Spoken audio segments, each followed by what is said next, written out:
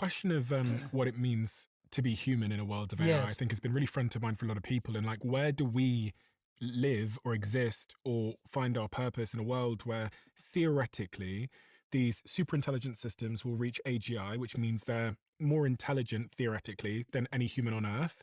But at the same time, you've got these other advancements in technology like humanoid robots. Mhm. Where these humanoid robots, there was a live stream I've talked about a few times, and I'll just throw it up on the screen really quickly. That shows last week a humanoid robot working on a production line for 8 days straight. And they show it up against a human being, and it beats the human being on the production line because it doesn't need to sleep. It just needs to be charged for a couple of hours to full power. And so you combine these two forces, super intelligence and the disruption. You know, you can think of it like one is disrupting this thing here, the brain, and the intelligence within the brain.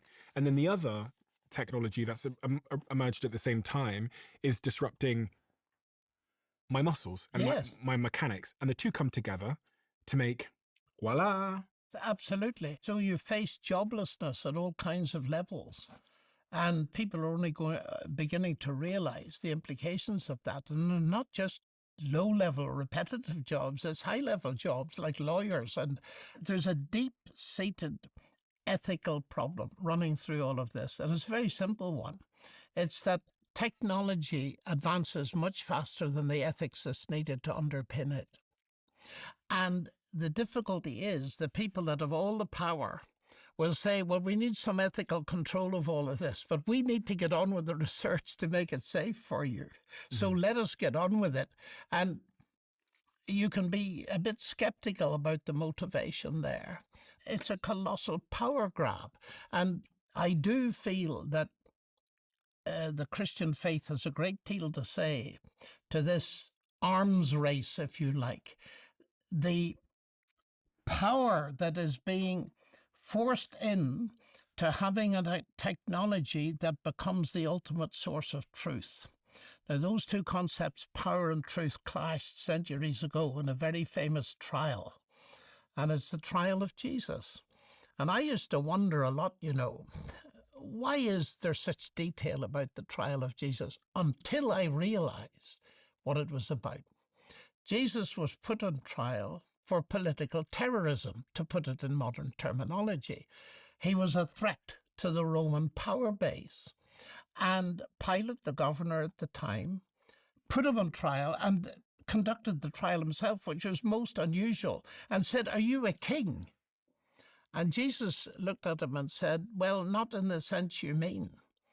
To this end I was born, and to this end I came into the world, that I would bear witness to the truth." And Pilate famously responded, "What is truth?"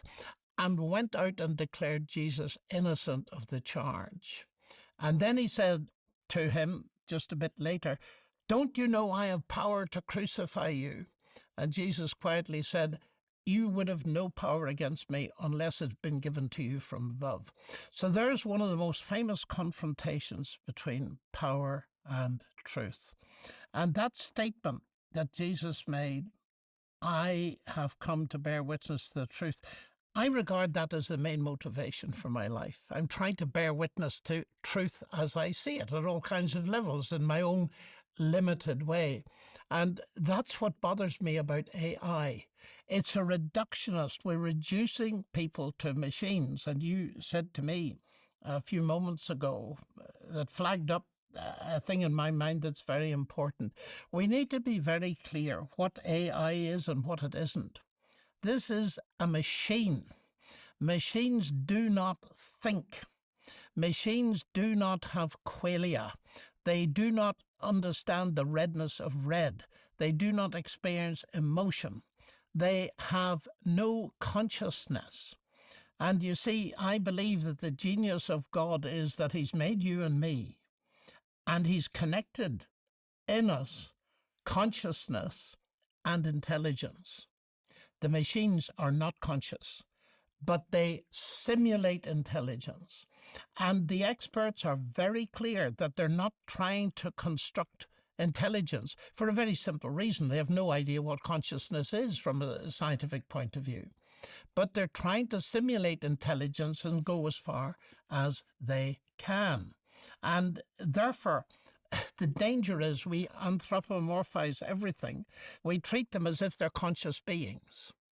And we need to step back and realize that we are conscious beings. And that gives us a supreme dignity and value. To reduce ourselves to merely machines, or on the other hand, merely animals, is to demean our value.